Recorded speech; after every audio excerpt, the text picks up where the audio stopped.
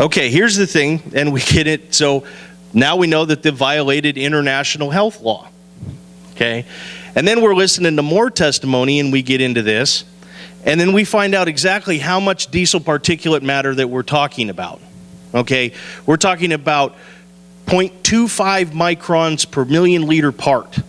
Okay, now what that means is if you take all of that diesel particulate matter and add it up all your normal amount of exposure over an 80-year lifespan, you would be absorbing 0.004% of a teaspoon.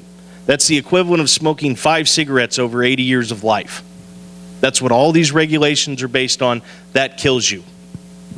Do you think that they're using environmental regulation for extortion? They absolutely are.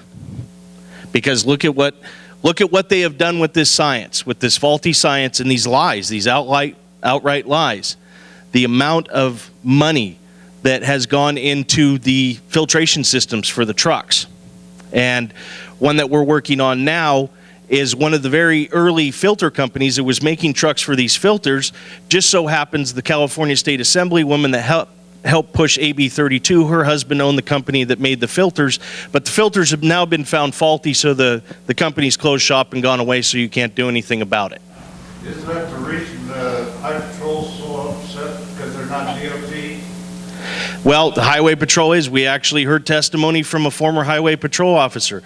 None of these filters have been safety inspected. They are not DOT approved. He testified that they could be causing up to 5 fires a week on trucks and buses. So again, CARB has violated the law for health and public safety because they have not tested these things that they're mandating. They are exposing school children to possibly burning up with these things. And the list goes on and on and on. And then you get into the fact that they have no regulatory or police authority to carry out any of these actions. And then we hear a story of a guy that pulls into a scale and CARB goes to inspect his truck. And he tells CARB, you can't inspect my truck. You have no authority to do this. So CARB gets CHP to crack open the hood, and the CHP starts conducting their test, and the CARB guy goes ahead and hops up on there and starts writing this guy tickets. So the guy says, show me the law, show me the regulation, show me anything that I have violated and where you have authority to charge me anything. CARB guy can't do it, so this guy figures it's going away.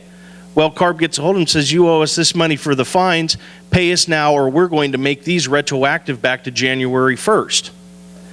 Guy says, you don't have any authority to charge me for this. They put a tax lien on his property.